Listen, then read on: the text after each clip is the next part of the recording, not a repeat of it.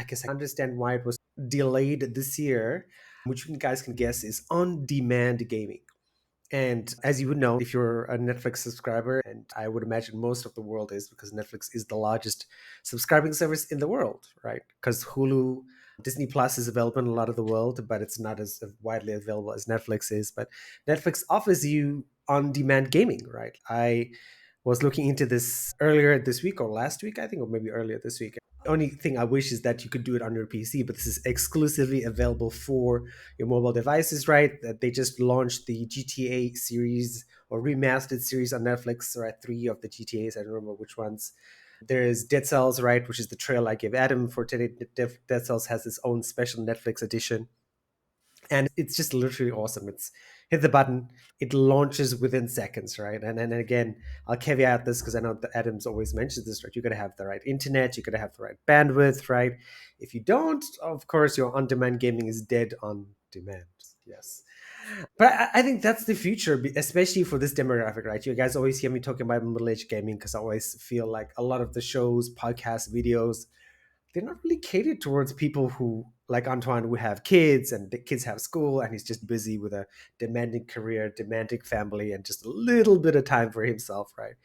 And me, who's just have, I work for a startup company, so I work like I'm doing some sort of work 7 days a week, which is always irritating. But yeah, when I want a game, I want a game. I don't want to wait for my PC to load up. I just want to launch it on my phone or launch it on my iPad or launch it on whatever device I am. And wherever I am in the world, if I traveled to Switzerland for work, or if I went back to South Africa to spend time with family, or if I'm hanging out in Adam's house and Adam's having a chat with the wife, I can pick up my phone and launch Netflix and play some Dead Cells. Like, that is the dream for me, right? I would pay like $50 a month, like honestly, US dollars, to have gaming on demand on any device, anywhere, and have a decent catalog. Game Pass's catalog is good, but it's actually not enough for me, to be honest, right? Like, it's for someone like me who likes to have various categories of games, it's really not enough. But yeah, that's the feature I'm most excited for, is a wider rollout of Xbox cloud gaming or Netflix's gaming infrastructure.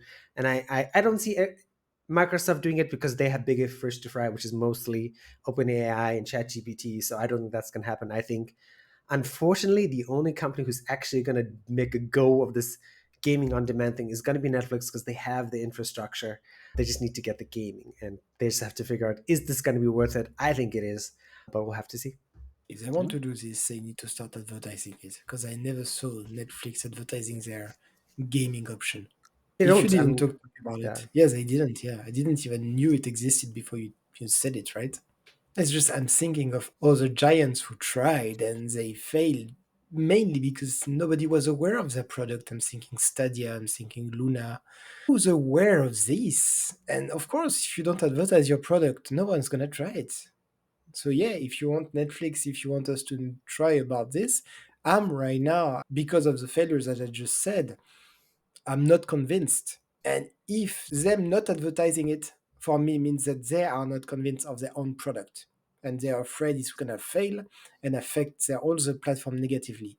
If that's the set of mind they are in, if you're not convinced, I'm not convinced. Convince me that your product is good, then I'm gonna try it. That's basically the set of mind I have. I'm not saying that it's a bad technology and everything. It's just that if the people selling it to me are not convinced in their own product, I'm gonna back off.